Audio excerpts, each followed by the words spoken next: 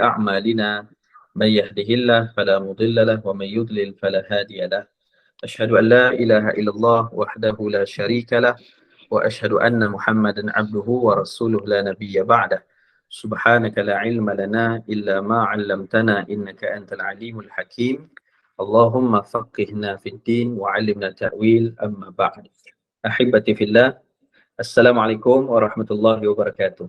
Alhamdulillah, pertama dan selama-lamanya syukur kita pada Allah atas semua nikmat yang Allah anugerahkan pada kita, nikmat iman dan Islam, taufik dan hidayah dari Allah sehingga dapat sama-sama kita berhimpun dalam majlis ilmu. Mudah-mudahan apabila kita telah pun ditakdirkan Allah, direzekikan Allah untuk berada di majlis ilmu ini, mudah-mudahan Allah juga menganugerahkan kita dengan ilmu yang barakah.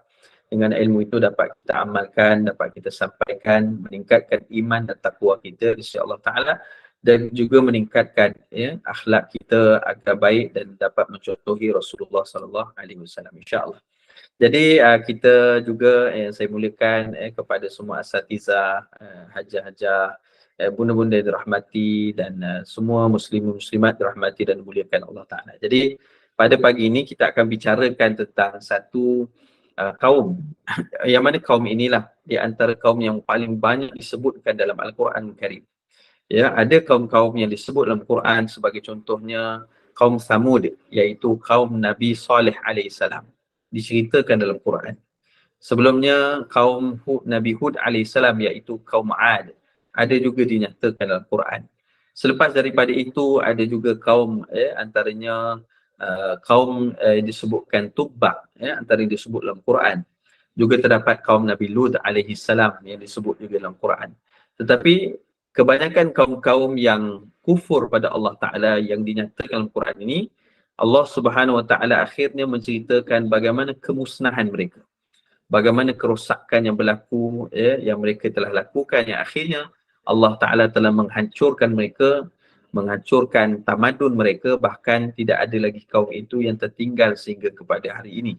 Tetapi menariknya ada satu kaum yang bukan hanya daripada awal Al-Quran menceritakan tentangnya, tetapi sampailah kepada pengakhiran juzuk yang terakhir Al-Quran. Dari awal sampai ke akhir Al-Quran ada menceritakan tentang kaum ini. Jadi inilah kaum yang namanya kaum Bani Israel, yang merupakan salah satu kaum yang banyak disebut dalam Quran, yang merupakan satu kaum yang diberikan keistimewaan di sisi Allah Subhanahu Wa Taala.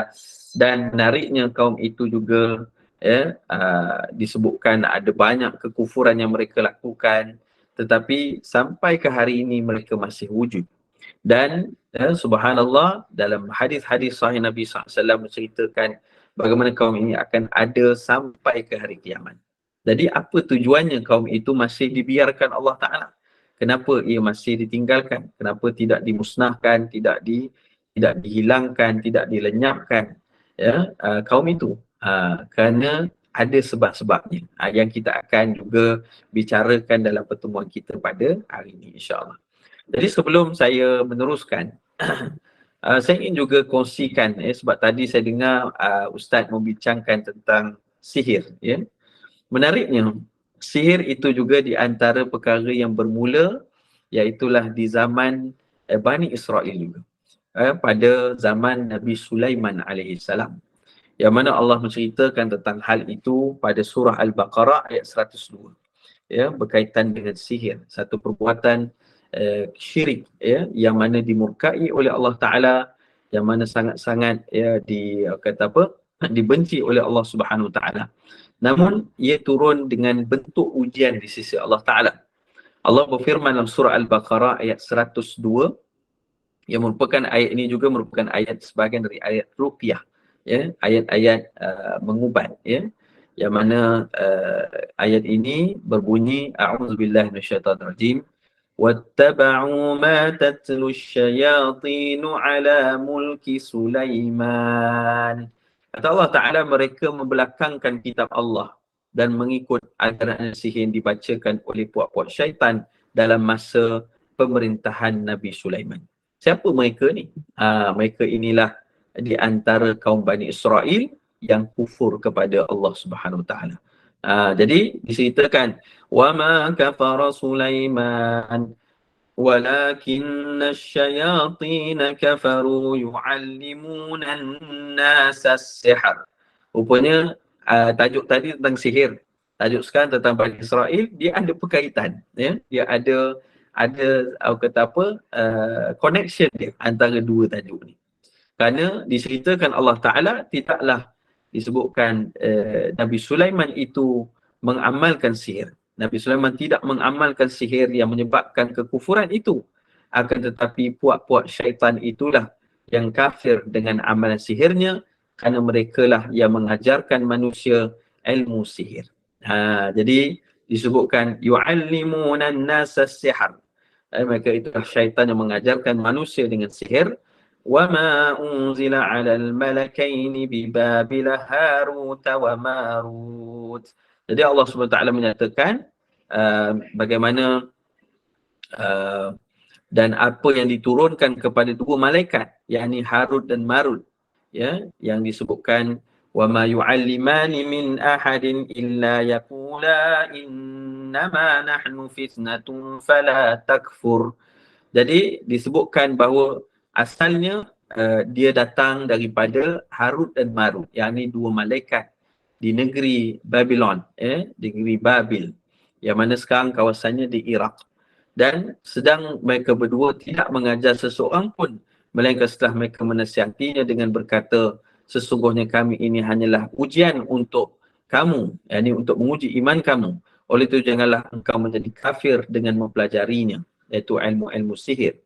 Lalu dalam masa itu disebutkan, ya, وَمَا هُمْ بِضَارِّينَ بِهِ مِنْ أَحَدٍ إِلَّا بِإِذْنِ اللَّهِ. Jadi asal disebutkan, sebelum tu, فَيَتَعَلَّمُونَ مِنْهُمَا مَا يُفَرِّقُونَ بِهِ بَيْنَ الْمَرْءِ وَزَوْجِهِ. Jadi asalnya, awalnya ilmu sihir ni yang manusia belajar adalah pada kalangan Bani Israel, yang mereka ni belajar dengan tujuan untuk memisahkan di antara satu pasangan, seorang suami dengan isterinya. Lalu pada saat itu, ya, disebutkan bahawa padahal mereka tidak akan dapat sama sekali memberi mudarat atau membahayakan dengan sihir itu seseorang pun, melainkan dengan izin Allah Subhanahu Wa Taala.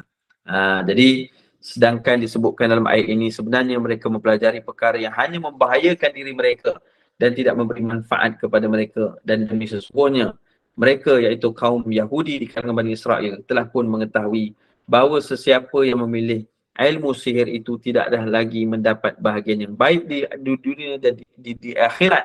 Demi sesungguhnya amat buruklah apa yang mereka pilih untuk diri mereka kalaulah mereka mengetahuinya. Jadi ini adalah asal usul kepada ilmu sihir, ya, yang mana Allah sebut dalam Al-Quran, dan dia bermula zaman Bani Israel pada zaman Nabi Sulaiman alaihi salam. Na'udzubillah dzalik. Semoga Allah menjauhkan kita daripada perbuatan ini, ya. Semoga Allah Ta'ala memelihara kita dan Allah Ta'ala memelihara diri dan iman kita, insya-Allah. Baik. Jadi sekarang kita balik kepada kisah Bani Israel. Ini salah satu kisah yang ada di dalam sirah yang disebutkan Allah Ta'ala dalam Quran tentang Bani Israel. Jadi kenapa kaum ini banyak kisah-kisah dalam Quran, banyak perihalnya dalam Quran, banyak perbuatan yang dicerita dalam Quran, bahkan bukan hanya bekerja buat dia, tapi hati dia, niat dia pun Allah Ta'ala telah bongkar di dalam Al-Quran. Baik, sebelum kita cerita sebab kenapa ia masih dibiarkan, yang ia diceritakan dalam Quran, dan hari ini ia masih ada lagi sampai ke hari kiamat. Semua kita cerita sebab kenapa hal-hal itu berlaku. Kita berpatah kembali kepada ayat yang menceritakan tentang awal Bani Israel. Jadi kita kena tahu dulu siapakah dia Bani Israel, apakah asal usul dia, dan mengapa dia disebut dalam Quran, mengapa dia ditinggalkan sampai ke hari ini dan hari kiamat, dan kenapa ia masih ada sampai zaman kita, ya, kenapa hal-hal itu berlaku. Maka kita pergi dahulu kepada asal usul dia. Allah Ta'ala berfirman dalam surah Al-Baqarah ayat ke-47. Ya, dalam ayat ke-47 Allah berfirman, a'udzubillahi minasyaitonirrajim. Ya bani Israil adhkuru ni'mati allati an'amtu 'alaikum wa anni faddaltukum 'alal 'alamin. Baik. Ayat 47 surah Al-Baqarah ini menceritakan tentang Bani Israel. Allah Ta'ala berfirman, wahai Bani Israel, ya Bani Israel, kenangkanlah uzkuru, kenangkanlah kamu ni'mati allati, iaitulah nikmat-nikmatku yang telah Allah Ta'ala sebut. Kenangkanlah nikmat yang aku berikan, allati an'amtu alaikum, yang telah aku berikan, yang aku telah anugerahkan kepada kamu, ke atas kamu. Wa anni faddaltukum 'alal 'alamin, dan aku, yakni Allah SWT dengan kekuasaannya telah pun melebihkan kamu daripada kaum-kaum yang lain pada zaman-zaman yang sebelum ini. Jadi jemaah sekalian, dalam Al-Quran Allah Ta'ala menyebut tentang kaum Bani Israel dengan panggilan ya Bani Israel. Pertama kita kena tahu panggilan ni adakah ia panggilan yang menghinakan ataupun panggilan yang memuliakan. Sebenarnya panggilan ya Bani Israel adalah panggilan yang mulia. Ya, kenapa? Ia adalah panggilan kepada asal keturunan mereka. Allah berfirman, ya Bani Israel, membawa maksud wahai Bani Israel. Wahai Bani Israel, ya. Bani adalah membawa maksud keturunan, ya. Daripada kita kan kita orang Islam, kita pun ada bin dan binti. Seperti contoh saya, nama saya Muhammad Arif Zaki bin Muhammad Ali. Ali bin Omar, Omar bin Yusuf. Jadi contoh itulah. Jadi moyang saya ada nama Yusuf. Jadi subhanallah, bin itulah yang menunjukkan bani. Kalau bin tu maknanya saya anak kepada Muhammad Ali, sebagai contohlah kan. Jadi bani itu membawa maksud anak keturunan. Maka Israel pula apa dia? Baik. Israel adalah maksudnya, Israel sebenarnya adalah bahasa Ibrani, yang mana Isra membawa maksud yang disebutkan dengan hamba, ataupun abdun dalam bahasa Arab. Il membawa maksud Allah. Jadi Israel maksudnya Abdullah, iaitu hamba Allah. Siapa dia yang dipanggil Israel ini? Rupanya Israel adalah panggilan kepada salah seorang daripada Rasul Allah, Rasul utusan Allah yang bernama Yaqub alaihi salam. Jadi Nabi Yaqub alaihi salam telah disebutkan bahawa panggilan mulia kepadanya adalah Israel. Jadi daripada Nabi Yaqub itu, anak-anak keturunannya, cucu, cicit dan sebagainya sampailah kepada hari ini, mereka itu adalah Bani Israel, adalah keturunan Nabi Yaqub alaihi salam. Jadi sebab itu bila Allah sebut ya Bani Israel, dia panggilan yang mulia. Wahai anak cucu kepada Nabi Yaqub alaihi salam. Jadi sebenarnya Israel itu panggilan yang mulia, ya. Tetapi disebutkan dalam ayat ini adalah satu dakwah sebenarnya. Iaitu ayat ini diturunkan ketika Nabi SAW berada di Madinah Al-Munawwarah untuk Nabi mengajak kaum ini yang ada di Madinah. Jadi ketika di Mekah, Bani Israel tidak ada di Mekah. Tapi Bani Israel banyak ada di Madinah Al-Munawwarah. Maka ketika itulah turun ayat ini dengan Nabi membacakan, ya Bani Israel, wahai keturunan Nabi Yaqub, anak keturunan Nabi Yaqub, ingatlah kamu kepada nikmat yang telah pun Allah anugerahkan kepada kamu. Jadi sebenarnya ia dakwah untuk ajak mereka menjadi umat Nabi Muhammad SAW, beriman kepada Allah dan Rasulullah. Sebab tu ia panggilan yang lembut, panggilan yang memuliakan, supaya mereka ni yang sebenarnya yang sepatutnya menjadi orang yang pertama beriman kepada Rasulullah SAW, kerana dalam kitab Taurat yang mereka bacakan juga telah menceritakan tentang akan datangnya Rasul yang terakhir dengan nama Ahmad ataupun Muhammad sallallahu alaihi wasallam. Jadi sebab itu disebut dalam ini ya Bani Israel. Baik. Bila kita sebut ya Bani Israel, kita tahu bahawa ia asal keturunannya adalah keturunan Nabi Yaqub alaihissalam. Baik. Jadi sebenarnya para jemaah muslimin muslimat dirahmati Allah Taala, daripada zaman Nabi Ibrahim alaihissalam, kita tengok Nabi Ibrahim. Nabi Ibrahim alaihissalam dia ada dua orang isteri, Isteri yang pertama namanya Sarah. isteri yang kedua bernama Hajar.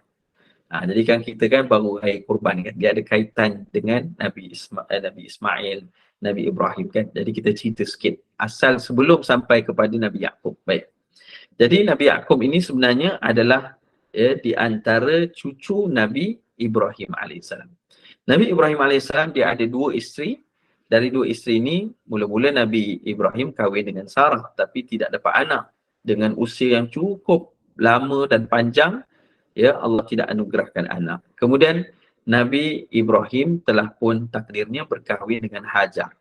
Bila berkahwin dengan Hajar, Allah anugerahkan zuriat, iaitu namanya Ismail alaihissalam. Itulah kisah Ismail yang kita baca ketika raya kurban itu.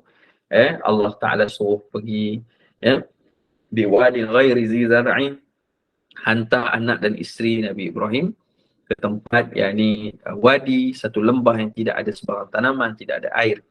Maka ketika itulah dihantarkan, lalu dia berpatah balik ke Palestin. Dan itu satu ujian Allah kepada dia. Ya. Jadi daripada Nabi Ismail alaihissalam itulah membawa kepada keturunan Nabi Muhammad sallallahu alaihi wasallam. Dari Nabi Ismail sampai kepada Nabi Muhammad sallallahu alaihi wasallam. Manakala daripada isterinya yang pertama tadi, setelah itu Allah takdirkan dapat anak. Dan anaknya bernama Ishaq, ya. Anak Nabi Nabi Ismail alaihissalam, Nabi Ibrahim alaihissalam, namanya Ishaq. Jadi Nabi Ibrahim dia ada dua anak lelaki yang nama anak ini Ismail dan Ishaq, kedua-duanya rasul. Kedua-duanya adalah utusan Allah Taala. Jadi menariknya, Nabi Ishaq ini dia telah dewasa dan membesar, berkahwin, mendapat anak, dan anak itu bernama Yaqub. Jadi inilah cucu Nabi Ibrahim alaihissalam, dan Yaqub telah pun berkahwin, mendapat 12 orang anak. Dari mana kita tahu Nabi Yaqub ada 12 orang anak? Dari surah Yusuf, ya, cerita tentang Nabi Yusuf alaihissalam. Jadi salah seorang daripada anak Nabi Yaqub itu adalah Yusuf alaihissalam. Dan 12 orang anak inilah yang menjadi awal keturunan Bani Israel. Dan Nabi Yaqub ada 12 orang anak, dan diceritakan kisah ini di dalam surah Yusuf, ya, surah Nabi Yusuf alaihissalam. Baik. Jadi daripada situlah berkembangnya keturunan sehingga terlahirnya ramai rasul-rasul yang lain. Sebab itu Allah berfirman, "Uzkuru ni'mati allati an'amtu 'alaikum." Wahai Bani Israel yang ada zaman Nabi Muhammad SAW, ingatlah kamu atas nikmat yang telah Allah berikan kepada kamu, dan sesungguhnya faddaltukum 'alal 'alamin. Allah telah pun melebihkan kamu, memberi kelebihan kepada kamu berlebihi dari kaum yang lain pada zaman. Kenapa? Apa kelebihan itu dan apa nikmat itu sehingga Allah sebut di dalam Quran? Baik, para ulama sebut, pertama sekali, Bani Israel adalah keturunan yang paling banyak rasul, nabi di dalam keturunan itu. Maknanya kalaulah mereka berkumpul satu keluarga, beramainya rasul di kalangan mereka. Dan kalau kita ni berkumpul raya pun, dalam keluarga kita ramai ustaz, ramai mufti, itu pun dah seronok lah kan. Dalam berkumpul tu, Pak Long mufti negeri ni, Pak Ngah mufti negeri ni, dan lepas tu anak-anak buah ada jadi ustaz, ada jadi, itu pun dah seronok lah. Tapi apatah lagi Bani Israel yang mereka ni nikmat yang besar yang Allah anugerahkan mereka. Yang pertamanya, ramai keturunan mereka ada menjadi diangkat Allah menjadi rasul. Siapa dia dari keturunan tu? Nabi Yaqub rasul, Nabi Yusuf rasul, kemudian Nabi Musa, Nabi Harun, Nabi Yahya, Nabi Zakaria, Nabi Yahya, Nabi Isa, ni antaranya. Tapi sebenarnya ada ramai lagi Nabi-Nabi yang di kalangan Bani Israel. Baik. Jadi ramai mereka ni Rasul di kalangan kaum keturunan mereka ni. Dan Rasul terakhir di kalangan mereka adalah Nabi Isa alaihissalam. Itulah Rasul terakhir di kalangan keturunan Bani Israel. Yang mana setelah Nabi Isa alaihissalam, Nabi Muhammad SAW dari keturunan yang lain. Daripada keturunan Nabi Ismail alaihissalam. Jadi inilah antara nikmat yang besar dan kelebihan yang Allah berikan kepada mereka. Ada orang ingat, oh Bani Israel, faddaltukum alal alamin, artinya Allah beri kelebihan kepada mereka iaitu muka mereka handsome, kan, mereka ni pandai-pandai. Ya ke? Sebenarnya itu bukan itu maksudnya. Tapi memang pun kalau kita tengok pelakon-pelakon Hollywood tu ramai Bani Israel, ramai orang Yahudi. Orang Yahudi ni adalah mereka yang tersesat dari kalangan Bani Israel. Kerana Bani Israel asalnya beriman kepada siapa? Kepada Allah. Kerana itu ada Rasul di kalangan Bani Israel. Jadi Rasul-Rasul ini keturunan Nabi Yaqub, ya, yang membawa agama Islam. Ya, yang mungkin syariat saja ada perbezaan, tetapi mereka membawa agama Islam. Mereka membawa syariat, mereka membawa tauhid, ya, iaitu keimanan kepada Allah yang Maha Esa. Ya, maka mereka itu adalah yang membawa Islam kepada seluruh kaumnya, bahkan umat manusia. Bagi sebab tu disebutkan dalam hal ni bahawa antara nikmat besar mereka yang pertama adalah mereka dikurniakan di kalangan keluarga mereka itu ramainya para rasul. Ini yang pertama. Yang kedua, apa nikmat besar yang Allah beri pada mereka? Ya Allah suruh ingat. Yang keduanya adalah kitab Allah Ta'ala. Kitab. Jadi bayangkan kita dalam keimanan kita perlu meyakini adanya 4 sekurang-kurangnya kitab yang turun daripada Allah Subhanahu Wa Ta'ala yang wajib kita iman. Yang pertama, kitab Taurat. Yang kedua, kitab Zabur. Yang ketiga, Injil. Yang keempat, Al-Quran. Jadi dalam 4 kitab ini pun, ya, satu saja kitab yang turun dalam bahasa Arab, iaitu Al-Quran Karim. 3 kitab lagi turun dalam bahasa apa? Bahasa Bani Israel, iaitu bahasa Ibrani. Jadi kitab Taurat turun dalam bahasa Ibrani. Kitab Zabur pun begitu dan kitab Injil pun begitu. Taurat turun kepada Nabi Musa AS. Ya, Zabur turun kepada Nabi Daud AS. Dan Injil turun kepada Nabi Isa AS. Jadi inilah antara nikmat yang besar yang Allah anugerahkan kepada Bani Israel. Bukan hanya satu kitab, tapi 3 kitab yang Allah turunkan sebagai petunjuk kepada kaum mereka. Allahu Akbar. Jadi ini antara nikmat besar yang Allah anugerahkan kepada Bani Israel. Inilah yang Allah sebut dalam Al-Quran Karim. Belum dicampur dengan suhuf lagi. Seperti Allah berfirman, suhufi Ibrahim wa Musa. Ya, suhuf Nabi Ibrahim dan suhuf Nabi Musa. Artinya Nabi Musa pun menerima suhuf. Artinya ada lagi petunjuk lain yang Allah anugerahkan lain untuk semakin mereka ni kuat keimanan dan menjadi orang yang beramal soleh. Tapi apa yang berlaku, bukan makin banyak petunjuk makin mereka ni soleh. Ada di kalangan mereka yang ramainya kufur pula kepada Allah Ta'ala. Na'udzubillah min zalik. Sebab tu kita kena belajar dari Bani Israel ni. Supaya kita pun tak jadi macam mereka. Mereka dianugerahkan dengan nikmat besar. Ramai keturunan mereka jadi rasul. Ramai mereka di kalangan mereka ni, keturunan mereka ni diangkat jadi rasul. Dan banyak kitab Allah Ta'ala yang telah turun kepada mereka. Tetapi mereka tetap berpaling daripada Allah. Na'udzubillah min zalik. Inilah keadaan mereka yang kita kena belajar. Baik. Yang seterusnya, yang ketiga, apakah nikmat lain yang Allah anugerahkan pada mereka? Iaitulah antaranya nikmat yang mana kaum lain tak mendapatinya, tapi Allah berikan pada mereka. Iaitu antara contohnya Allah sebut dalam surah Al-Baqarah, iaitulah Allah Ta'ala menyatakan lagi dalam surah Al-Baqarah tentang nikmat yang Allah berikan pada mereka. Sebagai contohnya ayat 57 surah Al-Baqarah.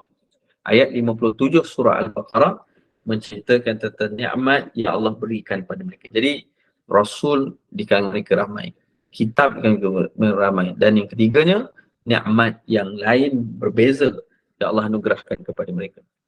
Apakah nikmat itu? Ya Allah suruh ingat kembali. Nikmat itu seperti Allah sebut dalam surah Al-Baqarah ayat 57. وَظَلَّلْنَا عَلَيْكُمُ الْغَمَامَ وَأَنزَلْنَا عَلَيْكُمُ الْمَنَّ وَالسَّلْوَى. Kata Allah Subhanahu Wa Taala, dan kami telah menaungi kamu. وَظَلَّلْنَا عَلَيْكُمْ, yakni kamu semua. Siapa dia? Bani Israel. Allah Ta'ala buat apa nikmat yang Allah bagi antara contoh. وَظَلَّلْنَا عَلَيْكُمُ الْغَمَامَ. Mereka itu dia dinaungi oleh awan. Iaitu masa mereka berada di padang pasir, kepanasan, awan telah datang dengan takdir Allah untuk menjadi payung mereka supaya mereka tidak kepanasan. Mereka bergerak ke timur, awan itu amam, kepulan awan itu mengikuti mereka.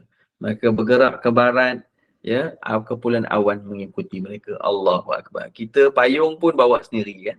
Mereka dipayungi ataupun dinaungi oleh iaitu gumpalan awan di langit Allah Subhanahu. Subhanallah. Ya, nikmat yang besar yang Allah berikan pada mereka sehingga mereka tidak panas, tidak berada dalam kepanasan di padang pasir, ya, kerana dinaungi oleh awan. Baik. Kemudian Allah Ta'ala sebut wa anzalna alaikumul manna wassalwa, dan Allah Ta'ala telah menganugerahkan, yakni kami dengan kekuasaan kami telah menurunkan kepada kamu dengan manna dan salwa, iaitu dua makanan yang turun kepada kaum Bani Israel ketika mereka berada di padang pasir. Padang pasir tak ada apa, tapi Allah turunkan juga makanan pada mereka.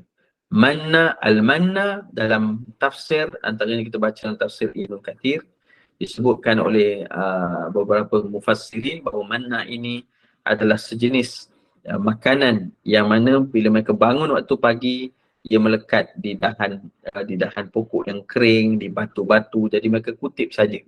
Yang mana kalau dimakan, ia sangat sedap, ya, ia menyihatkan badan, dan kalau dia campur dengan air yang tak elok menjadi baik, menjadi sedap.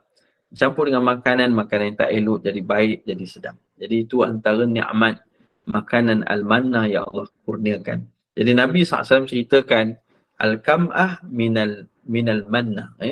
Al-kam'ah ni adalah sebahagian daripada manna. Dia bukan manna, tapi dia sebahagian. Apakah dia al-kam'ah ni? Al-kam'ah ni sekarang yang kita tahu adalah truffle. Tuan-tuan. Truffle ni cukup mahal sekali. 1 kilo truffle boleh menjangkau puluhan ribu ringgit. 1 kilo saja. Dia tumbuh di dalam tanah dan dia tidak boleh ditanam. Dia akan tumbuh sendirinya. Dan ini adalah antara makanan yang termahal di dunia. Itu baru sebahagian dari al-manna. Bukan al-manna lagi kan. Jadi ini disebutkan antara al-kam'ah kata Nabi kerana ia menyihatkan, ia memberikan kebaikan pada kesihatan. Tapi harganya hari ini dijual dengan harga yang cukup mahal. Itulah sepihan dari al-manna. Dan as-salwa pula adalah apa dia? Salwa ni adalah burung. Ya?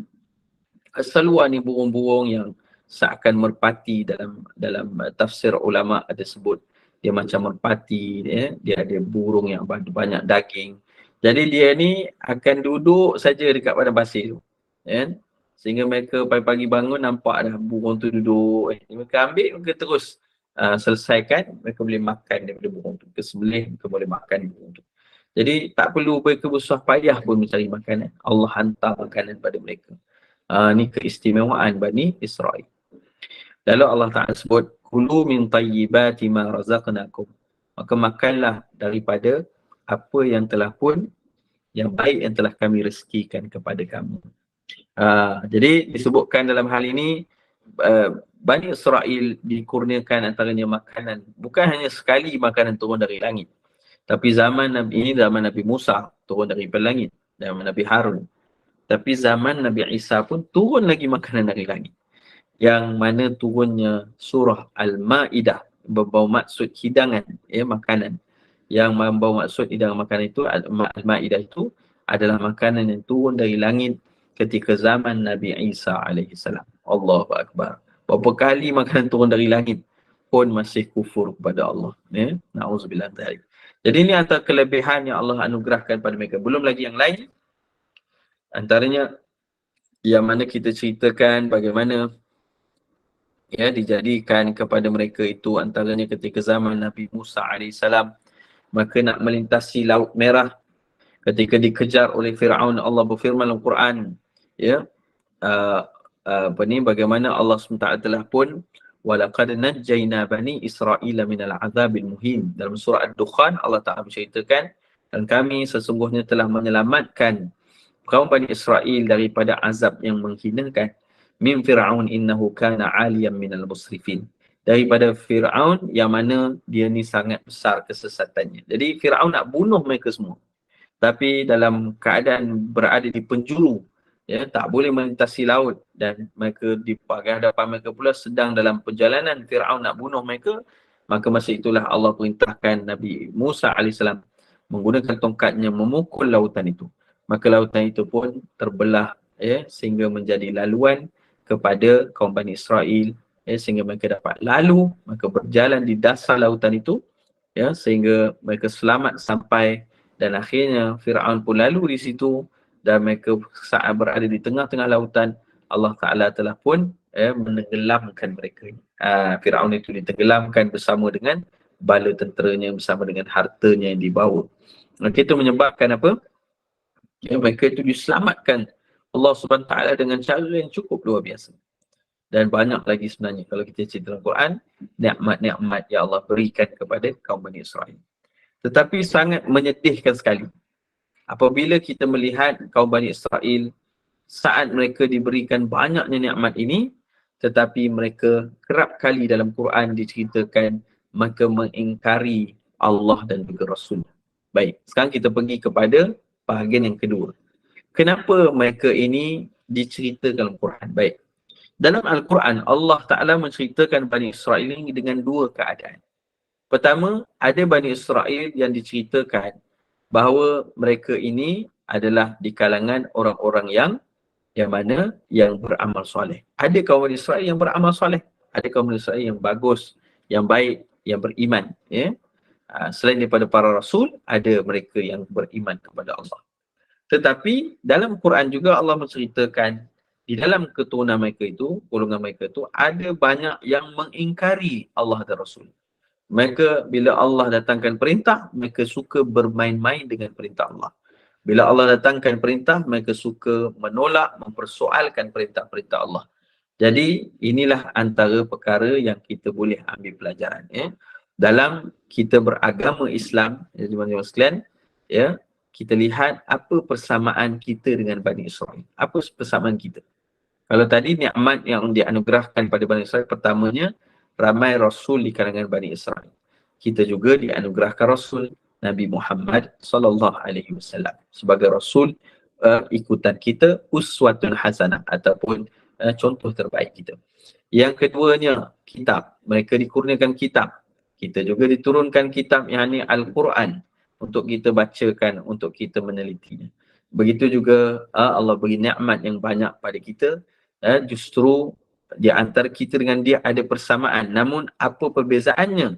Mereka suka, ya, mempermain-mainkan firman Allah. Mereka tidak membaca kitab mereka dan mengamalkannya. Mereka juga suka untuk menolak perintah Allah secara terang-terangan, dan mereka merendah-rendahkan rasul-rasul mereka sampai ke tahap mereka sanggup membunuh rasul mereka. Na'udzubillah min dzalik.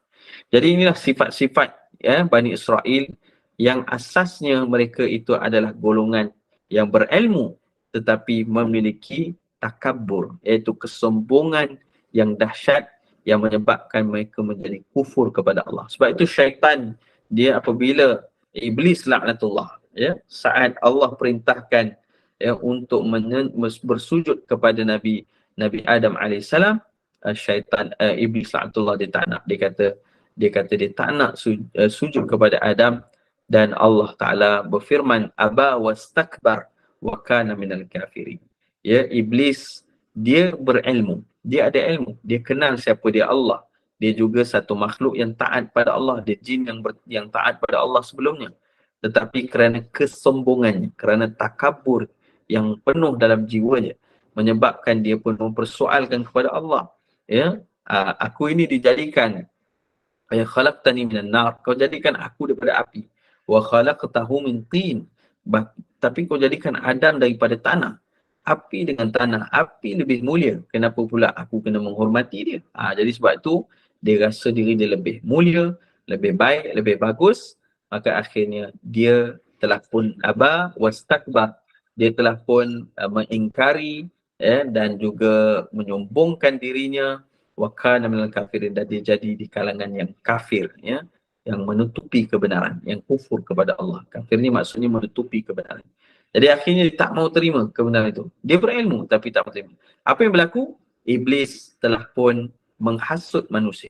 Di antara mereka yang telah berjaya menghasut adalah kaum Bani Israel yang menjadi golongan Yahudi, iaitu mereka yang menyimpang dari kebenaran. Jadi sikap-sikap yang hasutan syaitan ini terbawa kepada kaum Bani Israel.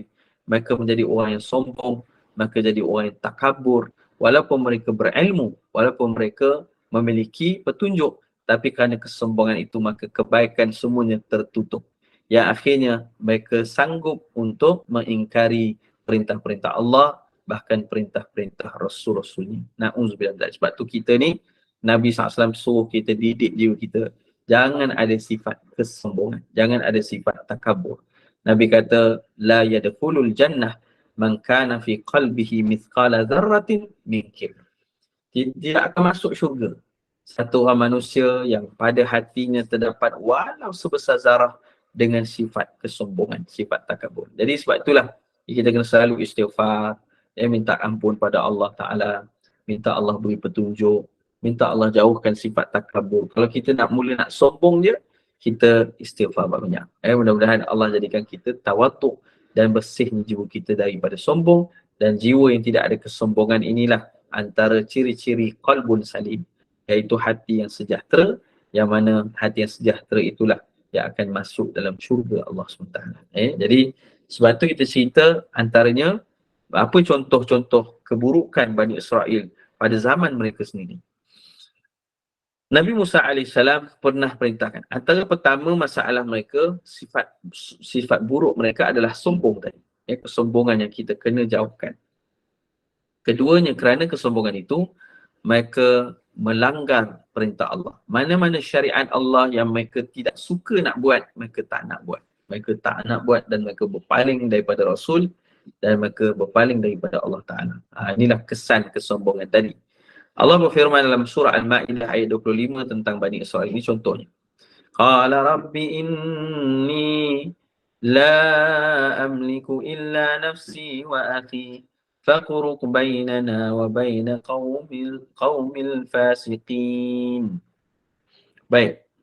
Disebutkan surah Al-Ma'idah bagaimana Nabi Musa telah pun mengajak kaumnya Bani Israel untuk pergi berperang. Dan peperangan ini adalah tujuannya supaya Allah menganugerahkan mereka dengan tanah, iaitulah Ardul Muqaddasah. Apa Ardul Muqaddasah ni? Tanah yang suci, iaitu disebutkan dengan Baitul Maqdis ataupun Palestin. Jadi pada surah Al-Ma'idah 24, Allah Ta'ala menceritakan bagaimana susahnya Nabi Musa untuk mengajak kaumnya pergi berperang. Allah berfirman, qalu ya Musa inna lan nadkhulaha abada abadan ma damu fiha fadhhab anta wa rabbuka faqatila inna hahuna qa'idun.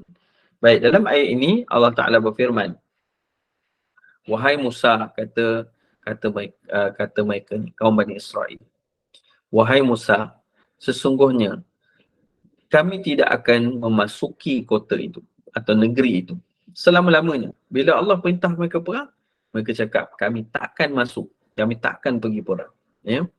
Dan selagi mana ada kaum, kerana dalam kota itu, dalam negeri itu, adanya kaum Jabbarin, kaum-kaum yang besar, yang ganas, yang kuat. Jadi mereka ni takut mati. Jadi mereka kata pada Nabi Musa, kami takkan masuk kerana kami takkan berperang, kami takkan masuk negeri itu. Fadhhab anta wa rabbuka, maka kau dengan Tuhan kau lah pergi perang.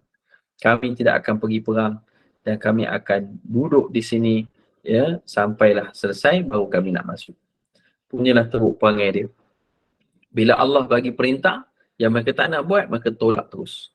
Maka sebab itulah akhirnya Allah berfirman dalam ayat 26 surah Al-Ma'idah, qala fa innaha muharramatun 'alaihim 40 sanatan yatihuna fil ard. Kata Allah Subhanahu taala, sesungguhnya negeri itu, yakni Baitul Maqdis Palestin itu diharamkan kepada mereka dan mereka akan sesat selama 40 tahun maka akan yatihuna fil ard, meraya-rayau kebingungan.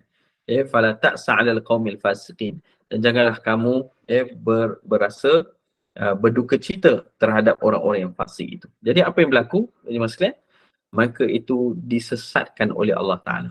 Kerana mereka tidak ada tempat untuk dijadikan negeri. Kerana mereka tolak peperangan ni, maka Allah mengharamkan selama-lamanya tanah Palestin itu, tanah Baitul Maqdis itu kepada mereka. Dan ini antara yang Allah sebut dalam Quran, surah Al-Ma'idah ayat 26, bagaimana Allah Ta'ala turunkan ini. Kalau tuan-tuan melihat pada Al-Quran, ataupun jajah melihat pada Quran, kita akan nampak pada ayat ini ada tanda berhenti yang ada dua dipanggil sebagai waqaf ta'anuk, waqaf terikat. Waqaf ta'anuk ini dia ada dua tempat berhenti di dalam satu ayat, ya. Jadi kita boleh baca dengan dua cara. Qala fa innaha muharramatun alaihim arba'ina sanatan yatihuna fil ard. Jadi ini cara berhenti yang pertama, pada tempat yang pertama. Kalau berhenti tempat kedua, qala fa innaha muharramatun alaihim arba'ina sanah yatihuna fil ard. Baik. Apa bezanya berhenti pertama dan kedua? Dia boleh berhenti sama ada pertama ataupun berhenti di tempat yang kedua. Kalau dah berhenti satu tempat, tak boleh berhenti satu tempat lagi. Kerana kedua-duanya ada makna yang saling memperkuat antara satu sama lain.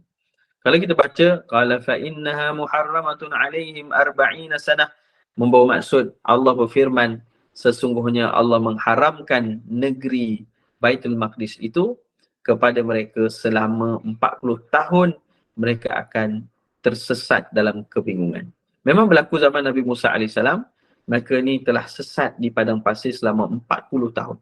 Pada waktu itulah wafatnya Nabi Musa dan juga Nabi Harun alaihi wassalam. Jadi diceritakan bahawa ketika itulah turunnya mana wassalwa. Ketika itulah ghamam, iaitu kepulan awan tadi telah melindungi mereka dari kepanasan. Ketika itulah jadinya batu yang mereka diketuk oleh Nabi Musa AS, batu itu mengeluarkan 12 mata air. Jadi ini antara perkara-perkara yang berlaku setelah mereka sesat 40 tahun ini. Jadi subhanallah, ya, mereka sesat selama 40 tahun dan akhirnya barulah mereka dapat kembali masuk dan duduk di Baitul Maqdis. Tetapi tidak lama akhirnya mereka juga dikeluarkan kembali daripada Baitul Maqdis kerana keingkaran dan kekufuran mereka kepada Allah. Ini cerita pertama. Tetapi dalam cerita yang kedua, qala fa innaha muharramatun alaihim arba'ina sanatan yatihuna fil ard. Ini ada dua makna. Makna yang kedua ini, kalau kita berhenti pada tempat pertama, dia bermaksud bahawa mereka itu diharamkan tanah Baitul Maqdis itu sampai bila? Buat selama-lamanya. Sebab tu sampai hari ini walaupun mereka rampas, mereka menamakan Baitul Maqdis itu sebagai kota, sebagai mereka punya capital ataupun mereka punya ibu kota, tetap hari ini seluruh masyarakat dunia menyatakan mereka itu adalah penjajah yang telah pun mencuri tanah orang-orang Palestin. Ya, walaupun non-Muslim sendiri, mereka sendiri pun, non-Muslim pun tidak menyokong perbuatan mereka. Walaupun ada yang menyokong, ya, tetapi manusia yang menggunakan akal, menggunakan penglihatan berfikir, mereka telah nampak kezaliman yang jelas dilakukan oleh kaum Bani Israel ini. Kerana Allah mengharamkan tanah itu kepada mereka buat selama-lamanya. Jadi subhanallah, jemaah sekalian dirahmati dan dimuliakan oleh Allah Ta'ala. Inilah antara perkara sifat yang kebiadaban dan juga disebutkan dengan sifat kesombongan Bani Israel yang menyebabkan mereka sewenang-wenangnya mengingkari Rasul mereka. Sebab tu Allah balas mereka dengan perkara-perkara yang sebegini. Ya. Maka yang ketiganya, kaum Bani Israel, antara perkara yang menjadi satu contoh kepada kita adalah apabila mereka juga suka untuk memberat-beratkan sesuatu yang telah diringankan oleh Allah Ta'ala. Tadi mereka kalau syariat tu berat, mereka tak nak terima, tak nak ikut. Kalau mereka tak nak ikut, mereka terus tinggalkan. Tapi kalau syariat yang ringan pula, mereka suka berat-beratkan. Cara cari pasal. Yang ini Allah pun tidak menyukai sikap mereka. Iaitu apabila kita tengok dalam surah Al-Baqarah, bagaimana Allah suruh mereka cari seekor lembu betina yang disebutkan Al-Baqarah. Tapi apabila perintah itu datang, mereka bersoal-soal, bertanya-tanya pula. Lembu ni, wahai Musa, tanyalah kepada Allah, lembu ni macam mana warna dia, macam mana, adakah dia pernah digunakan, adakah macam tu, macam ni. Dia tanya macam-macam. Yang akhirnya asalnya mana-mana lembu pun boleh. Kata mufassirin, kalau dia terus cari saja lembu betina, dia terus akan dapat menyelesaikan masalah itu. Kerana ada satu orang lelaki di kalangan Bani Israil yang dibunuh. Lelaki ini berharta. Jadi dibunuh oleh anak buah dia. Kerana anak buah dia nakkan harta itu. Maka apabila esoknya orang pun dapati telah matinya lelaki ini dibunuh, anak buahnya ini menangis-nangis dan menyatakan ada orang datang membunuh pakcik ni kerana nakkan harta. Rupanya bila datang kepada Nabi Musa pun berdoa pada Allah, Allah kurniakan petunjuk, iaitu dengan suruh cari seekor lembu betina, sembelih dia, ambil satu bahagian dari lembu itu, maka dipukulkan kepada mayat itu, maka mayat itu akan bangkit kembali menceritakan siapakah yang membunuh dia. Dan ini diceritakan dalam surah Al-Baqarah. Ini berlaku zaman Nabi Musa AS. Yang akhirnya mereka bila disuruh cari lembu, mereka tanya. Akhirnya makin lama makin susah mencari lembu itu, kerana setiap pertanyaan itu Allah jawab dengan menyebabkan mereka semakin susah mencari lembu itu. Akhirnya mereka jumpa lembu itu dengan harga yang cukup mahal. Sebagaimana setelah disembelih dibentangkan semua kulit badannya, maka perlu dipenuhkan atas kulit badannya itu dengan emas, dengan dinar emas, barulah mereka itu dapat membeli lembu itu dengan harga tersebut. Mungkin cukup mahal. Jadi sebenarnya Allah dah mudahkan syariatnya, tetapi mereka ni suka menyusah-nyusahkan. Macam tu. Jadi itu perangai mereka. Maka perintah pula yang mana yang Allah perintahkan pula sebagai ujian pada mereka, mereka tak nak ikut terus. Sebagai contohnya berlaku juga mereka ini di kalangannya duduk tepi perairan. Jadi Allah Ta'ala mewajibkan pada hari Sabtu untuk mereka beribadah kepada Allah. Tidak boleh menangkap ikan, bekerja dan sebagainya. Tapi ujiannya pada hari Sabtu itulah ikan banyak naik. Dan mereka tak tahan dengan ujian itu, mereka langgar perintah Allah. Maka letakkan tangguk pada hari Jumaat dan mereka konon-konon beribadah hari Sabtu, tapi mereka angkat balik pada hari Ahad dengan ikan yang penuh. Yang akhirnya Allah Ta'ala berfirman, kunu kiradatan khasi'in. Jadilah kamu kera-kera yang hina. Maka bertukar kaum Bani Israel yang kufur itu kepada kera. Dan mereka setelahnya beberapa hari mereka pun mati dengan rupa kera mereka. Na'udzubillah min dzalik. Jadi banyak lagi kisah-kisah ini dalam Al-Quran yang Allah ceritakan tentang Bani Israel. Maka ini adalah sifat mereka yang ketiga. Yang keempat, apakah antara sifat besarnya? Mereka ini adalah golongan yang berpaling dari kitab Allah. Berpaling daripada kitab Allah. Jadi dalam Al-Quran Allah Ta'ala menceritakan atau menjelaskan tentang perangai mereka yang suka untuk memesongkan atau menukar ganti ayat-ayat Allah Subhanahu Wa Ta'ala. Mereka suka menipu kebenaran. Jadi disebutkan bahawa apabila kita lihat di dalam Al-Quran Al-Karim, mereka ini telah pun menukar ganti akan ayat-ayat Allah Subhanahu Wa Ta'ala. Daripada kitab Taurat dan juga kitab Injil yang telah pun Allah Ta'ala turunkan, mereka mengubah suai kitab-kitab itu. Jadi apa yang berlaku teman sekalian, mereka ini adalah orang yang menggunakan kitab itu, kitab yang diturunkan Allah Ta'ala sekadar untuk menunjukkan mereka ni mulia, tetapi mereka tidak mahu mengikuti isi kandungan kitab itu.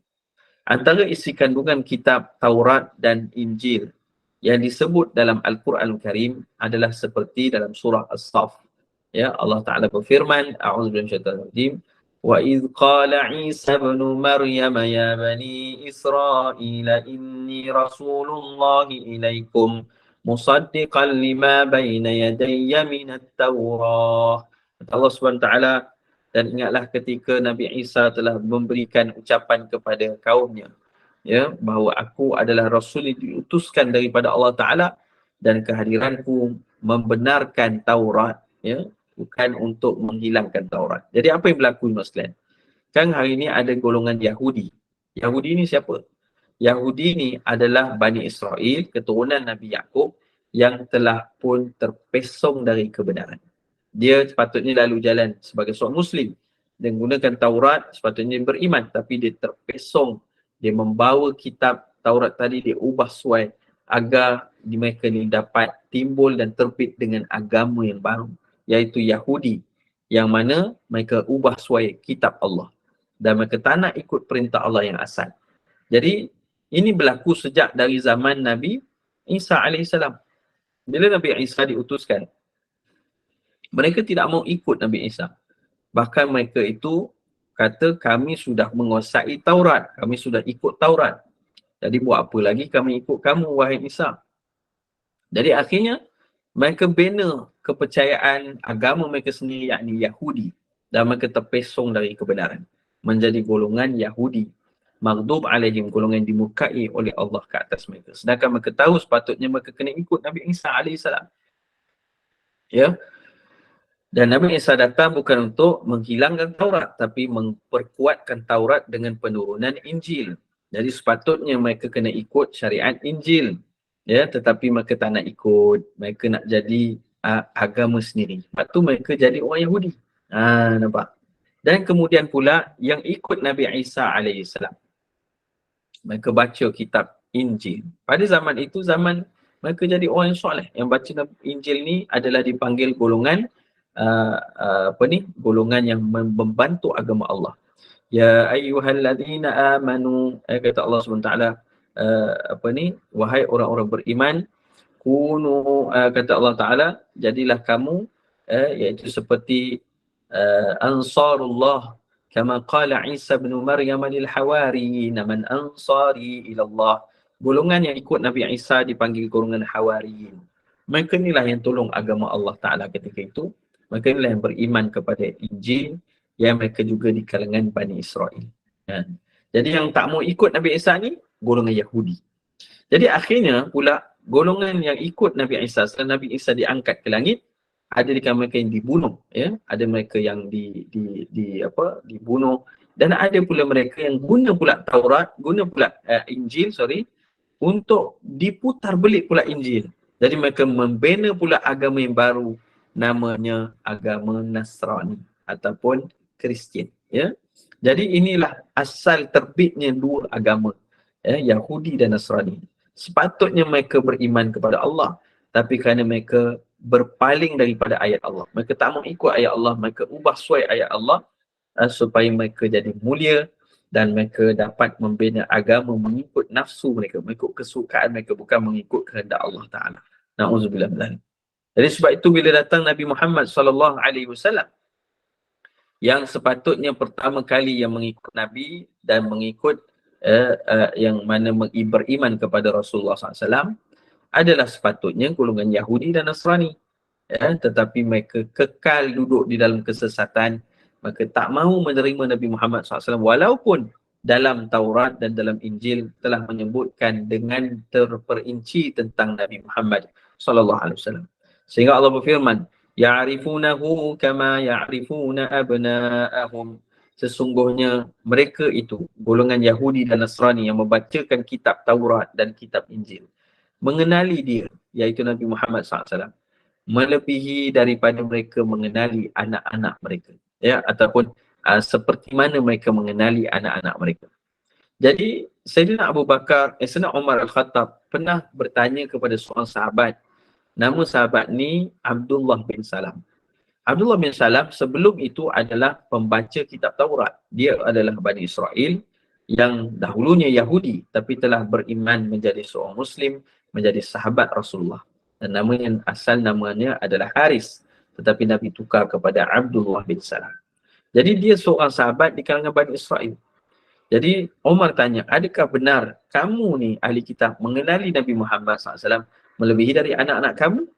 Lalu Abdullah bin Salam pun jawab, bal, bahkan kami kenal lebih lagi daripada anak-anak kami. Itulah sepatutnya orang Yahudi yang berada di Madinah, orang Nasrani yang berada di Syam dan tempat-tempat yang lain, mereka lah sepatutnya orang yang pertama beriman kepada Rasulullah SAW. Ada tak di kalangan mereka yang beriman? Ada. Kalau Yahudi yang beriman pada Rasulullah tak ramai. Antaranya tadi Abdullah bin Salam. Juga ada sebenarnya isteri Nabi Ummahatul Mukminin bernama Safiyah binti Huyai. Itu juga adalah isteri Nabi di kalangan Bani Israel yang telah beriman kepada Allah. Manakala ada tak orang Nasrani, orang Kristian yang beriman, orang Nasrani yang beriman kepada Rasulullah? Ada. Iaitulah antaranya Najasyi. Najasyi adalah raja di Habsyah yang asalnya dia Nasrani. Tapi bila dia dengar ayat-ayat Quran dibacakan oleh Ja'far bin Abi Talib, dia pun menangis. Dan hal ini disebut dalam Quran. Dan akhirnya mereka pun beriman kepada Nabi Muhammad SAW, kepada Allah Ta'ala. Dan ketika Najasyi nak berhijrah ke Madinah bersama Rasulullah, Najasyi telah pun wafat di Habsyah. Dan Nabi SAW pun mengajak sahabat-sahabat Nabi untuk solat jenazah gaib di Madinah, kerana menunjukkan bahawa disebutkan Raja Habsyah ataupun Najasyi telah pun beriman kepada Allah Subhanahu Wa Taala. Jadi ini antaranya. Jadi mereka ni mempersisirkan Quran, sebab tu mereka sesat. Jadi kita diajar oleh Allah Taala dalam Quran yang terakhir sekalian, dalam surah Al-Jumu'ah Allah Taala berfirman, Masalul ladhina hummilut tawrata thumma lam yahmiluha kamathalil himari yahmilu asfara bi'sa mathalul qawmin ladhina kadzabu biayatillah wallahu la yahdil qawmal zalimin. Kata Allah Ta'ala, dan demikianlah perumpamaan masalul ladhina hummilut tawrah, iaitu satu golongan yang awalnya mereka membacakan Taurat, mereka menghafaz Taurat, mereka memahami Taurat. Thumma lam yahmiluha, kemudian mereka telah pun meninggalkan Taurat itu. Tidak lagi mereka menggunakannya, mengimaninya, tidak lagi mereka berujuk kepadanya. Kama salil himar, mereka itulah golongan seperti keldai. Yahmilu asfara, yang memikul beban di belakangnya. Iaitulah juga Allah Ta'ala berfirman, bi'sa mathalul qaum, mereka itulah kaum yang paling buruk sekali. Kenapa? Kerana mereka diberikan kitab, diberikan petunjuk, tapi mereka telah melemparkan kitab itu. Tidak mau ikut, tidak mau beriman, dan tidak mahu mengikuti syariat Allah Ta'ala, tidak mau mengikuti perintah-perintah Allah. Antara perintah yang besar dalam kitab Taurat dan juga Injil adalah seperti yang disebut Nabi Isa, disebutkan Nabi Isa AS bahawa aku diutuskan untuk memberi kabar gembira, iaitulah min ba'di ismuhu Ahmad, selepasku ada Nabi bernama Nabi Muhammad, yang mana sepatutnya mereka lah beriman awalnya, tapi mereka sendiri yang menolak untuk beriman dan mereka menjadi orang yang kufur pada Allah. Jadi apa pelajaran yang terakhir sekalian? Jadilah kita orang yang membaca Quran, memahami serta beramal dengan ayat-ayat Al-Quran. Kenapa? Kerana satu kerugian, apabila kaum Bani Israel mereka asalnya mendapat kitab Allah, tapi mereka telah melemparkan, maka tidak mau mengikutinya, maka mereka berada dalam kerugian dan tidak ramai yang tahu membacanya. Sebahagian yang tahu baca itulah dipanggil ahli kitab. Jadi kita dengan Quran, kita kena baca. Kita kena jadi orang yang dapat membaca Quran dalam bahasa Arab, membaca Quran dan tilawah Al-Quran dalam bahasa kita agar kita fahami. Iaitulah Quran ni kita kena ada 3 sumpuan. Yang pertama, qiraah, baca Quran dalam bahasa Arab. Yang kedua, tilawah, iaitu kita baca Quran dengan kefahaman. Yang ketiga adalah hafazan, menghafaz ayat-ayat Allah Ta'ala dan mengamalkan ayat-ayat Allah Ta'ala. Kenapa kita kena hafaz? Sebab mudah untuk kita beramal dengannya. Jadi sebab tu kita jadikan Quran ni sesuatu yang dekat dalam hidup kita, agar tidak kita sisir dalam kehidupan dan tidak menjadi kita seperti kaum Bani Israel yang akhirnya dimurkai dan dibenci, dilaknat oleh Allah Ta'ala kerana mensesiakan petunjuk yang telah dikurniakan Allah kepada mereka. Na'udzubillah. Semoga sikit sebanyak pelajaran yang telah pun kita pelajari pada hari ini memberikan manfaat dan dapat kita insya-Allah amalkan dalam kehidupan kita. Dapat kita sampaikan dan semoga kita menjadi kalangan hamba Allah yang terpelihara dari kesombongan, terpelihara dari sifat-sifat keingkaran dan menjadi kita hamba yang taat, yang bertakwa di sisi Allah Ta'ala insya-Allah. Aku qauli hadza astaghfirullahaladzim wa lakum. Baik, insya-Allah sekiranya saya ada kesilapan, kekhilafan, saya mohon maaf. Berilah teguran pada saya yang fakir ini. Semoga Allah berkati apa yang kita bincangkan dapat kita amalkan dan sampaikan insya-Allah. Amin ya rabbal alamin. Serah balik kepada Hajjah Daimah. Terima kasih Ustaz. Kat sini saya nampak Puan Salmi yang angkat tangan. Ada nak tanya? Puan Salmi ke salah tekan? Puan Mazli? Ya. Mazli. Okey, silakan. Assalamualaikum Ustaz. Assalamualaikum warahmatullahi wabarakatuh. Ya, saya nak tanya pasal yang Yahudi untuk sekarang. masa sekarang, yang saya faham daripada Ustaz cakap tadi, Yahudi tu sebenarnya bukan daripada keturunan lah kan, pasal Israel tu yang daripada keturunan Nabi Yaakob. Yahudi itu ialah kepercayaan, ideologi. Adakah itu benar, Ustaz? Apa dia? Adakah? Yang saya faham tu benar. Oh Yahudi ya, ialah betul, betul, kepercayaan. betul. Ada. Jadi masa sekarang ni, yang dikatakan Yahudi tu boleh tak macam siapa-siapa pun menganuti agama Yahudi tu? Pasal kita tahu sekarang ni Yahudi tu banyak Yahudi daripada Europe, daripada Yahudi tu. Adakah siapa-siapa sahaja yang boleh menganuti kepercayaan ataupun ideologi Yahudi tu? Baik. Okey, untuk menjawab soalan Ajah tadi, baik, apa yang disebut Ajah tu betul, ya. Sebab tu dalam Quran ada beza. Pertama Allah sebut Bani Israel. Yang kedua Allah sebut Yahudi. Beza kan? Dua kalimah yang berbeza. Kerana Yahudi dan Bani Israel itu tidak sama. Bani Israel adalah keturunan Nabi Yaakob. Ada yang beriman, ada yang di kalangannya Rasul, ada di kalangannya Nabi. Manakala Yahudi ini sudah confirm golongan Bani Israel yang kufur pada Allah, yang kafir, ya, yang berpaling kepada Allah, kecuali kalau mereka bertaubat dan kembali kepada Allah SWT. Jadi seterusnya Yahudi yang ada pada hari ini, saya dikhabarkan Yahudi ini apabila seorang tu dia nak menjadi orang Yahudi, dia mesti berbangsa Bani Israel. Itu syarat dia. Kalau tidak menjadi Bani Israel, dia bukan Yahudi. Jadi sebab tu golongan Yahudi ni dia tak ramai, dia sikit je. Ya, tetapi mereka inilah yang menguasai ekonomi, menguasai teknologi dan sebagainya. Ya. Jadi itu antara ujian yang Allah Ta'ala berikan kepada kita umat Islam. Ya. Jadi kita ni, jadi mereka ni disebutkan kalau ibu mereka tu Bani Israel, maka dia ni keturunan Bani Israel. Ayahnya bukan Bani Israel pun tak apa. Tetapi ibu ni mesti Bani Israel. Maka kalau lahir, anak tu dari Bani Israel dan dia boleh menjadi orang Yahudi. Ya, jadi itu yang saya difahamkan lah. Jadi sebab tu hari ni ada banyak di kalangan mereka Yahudi ni daripada warna kulit yang berbeza-beza. Ya, ada yang kulit gelap sikit, ada yang cerah sikit, ada yang macam-macam. Ya. Kenapa? Kerana konsep tadi tu. Dan konsep tu mereka sendiri yang datangkan, ya, dalam keadaan itu. Dan macam mana pun kita sebut mereka ni, kalau orang Islam, mereka tak nak pun kita ni jadi Yahudi. Tapi mereka nak kita berperangai seperti Yahudi. Sebab tu Allah sebut dalam Quran walan tarda ankal yahud wala nasara. Ya, tidak akan pernah redanya orang Yahudi dan Nasrani ke atas kamu, orang Islam, dan mereka akan berusaha. Orang Yahudi dia akan usaha untuk kita ikut ideologi mereka, perangai mereka, cara hidup mereka. Yang mana matlamat hidup bukan kerana Allah tapi kerana dunia. Ya, apa yang dipandang kemuliaan dalam dunia materialistik, brand ataupun brand conscious ataupun harta benda ataupun pangkat darjat itu yang menjadi tanda kemuliaan. Sedangkan dalam Islam Allah Ta'ala sebut kemuliaan itu bukan daripada itu semua. Kemuliaan itu daripada ketakwaan kita. Ya, sebab tu inna akramakum indallahi atqakum.